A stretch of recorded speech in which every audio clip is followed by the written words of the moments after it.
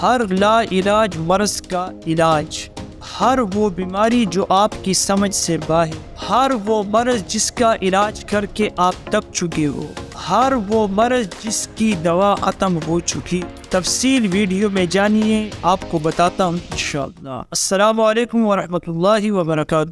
دوستو، آج ایک نئی ویڈیو اور نئے نسخے کے ساتھ آپ کی خدمت میں حاضر ہوں۔ امید کرتا ہوں کہ آپ سب دوست خیریت سے ہوں گے۔ ناظرین گرامی قدر، آج جو نسخہ میں آپ کے سامنے پیش کرنے جا رہا ہوں، آج کی ہماری ویڈیو کا عنوان ہے 100 امراض کی ایک دوا۔ 100 ایسے مرض کہ ایک دوا سے ان کا علاج ممکن ہے۔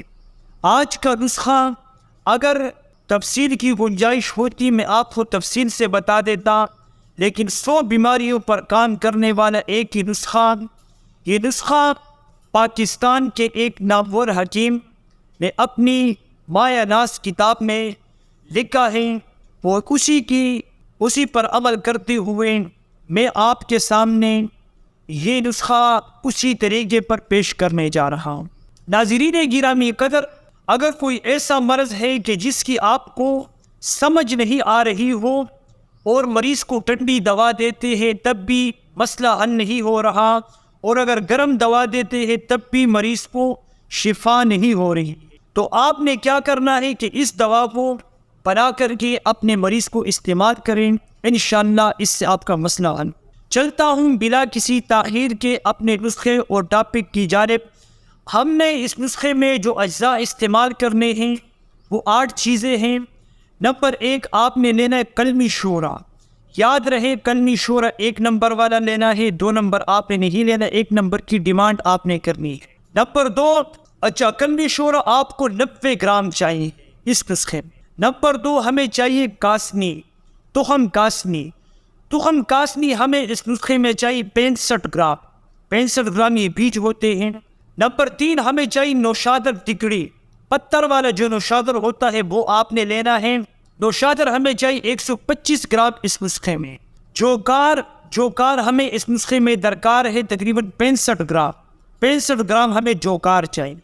گل سرخ یعنی گلاب کے پتے، گلاب کے پھول، گلاب بھی اس کو کہتے ہیں، یہ بھی ہمیں 65 گرام چاہیے۔ کالی مرچ، فلفل سیاہ اس کو کہا جاتا ہے، کالی مرچ بھی کہتے ہیں، یہ بھی ہمیں 65 گرام چاہیے۔ سنا کے پتے، سنا مکھی کے پتے، یہ ہمیں 100 گرام چاہیے اس نسخے پہ۔ اور سونٹ یعنی خشک ادرک ہمیں اس نسخے میں 50 گرام چاہیے۔ یہ تمام چیزیں لے کر کے آپ نے پاؤڈر کرنا ہے، باریک پیسنا ہے۔ پیسنے کے بعد آپ نے اس کو چاننا ضروری ہے، چونکہ اس میں سونٹ ہے، جوکار ہے، اس میں تھوڑی باریکی ہوتی ہے اور سونٹ میں ریشہ پایا جاتا ہے۔ آپ نے چان کر کے اس کو محفوظ کرنا ہے، اور اس کی جو مقدار خوراک ہے وہ بھی میں آپ کو بتا دیتا ہوں کہ آپ نے تقریباً 3 گرام آپ سمجھیں کہ چوتھائی چمچ سے تھوڑا زیادہ، یہ آپ نے صبح دوپہر شام کھانے کے بعد لینا ہے۔ انشاءاللہ اللہ کے فضل و کرم سے دوا کامیاب ہے۔ اللہ تمام مریضوں کو، جو میرے دوست بیمار ہیں ان کے لیے اللہ اس میں شفا کے اسباب پیدا کر دیں کہ ان کے مسائل اس نسخے سے حل ہو جائیں۔ جب آپ کو فائدہ ہو تو مجھے اپنی دعاؤں میں ضرور یاد کیجیے۔ انہی باتوں پر اجازت چاہوں گا۔ اگر ویڈیو اچھی لگی ہو چینل کو سبسکرائب کیجیے، ویڈیو کو لائک کیجیے، ہمیں اپنی دعاؤں میں یاد کیجیے۔ السلام علیکم ورحمۃ اللہ وبرکاتہ۔